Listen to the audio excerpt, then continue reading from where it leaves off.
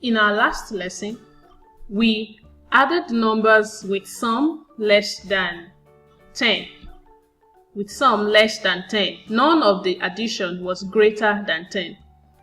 Today, we are going to be learning addition of all numbers with sum less than 18, which means that the total amount we are going to be getting for our addition will not be more than 18.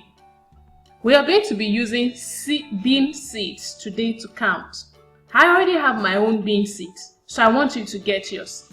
Get about 20 bean seeds for counting. Do you have your bean seeds with you? Now, count 8 bean seeds. I'll wait for you to count yours.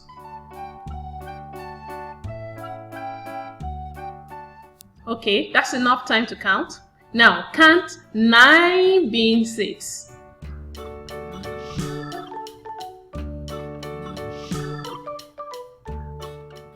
Now that you have counted 8 plus 9, let's count them together. 1, 2, 3, 4, 5, 6, 7, 8, 9, 10, 11, 12, 13, 14, 15, 16, 17. 8 plus 9 gives us 17. 1 and 7. Let's try these other examples by drawing circles to count instead of using your bean seeds. You know, I've told you before in earlier lessons that we cannot carry these objects to classroom or carry them around because they are heavy and they can spoil. So we are going to be drawing circles now to count. Get your counting sheet and I'll get mine. I have my counting sheet now. I hope you have yours too. Now, the first example, 8 plus 9. We count the first number, which is 8. So we draw 8 circles. 1, 2, 3, 4, 5, 6, 7, 8. Count the second number, which is 9. Draw 9 circles. 1, 2, 3, 4, 5, 6, 7, 8, 9. Now, plus means count together. So we are going to count our circles together.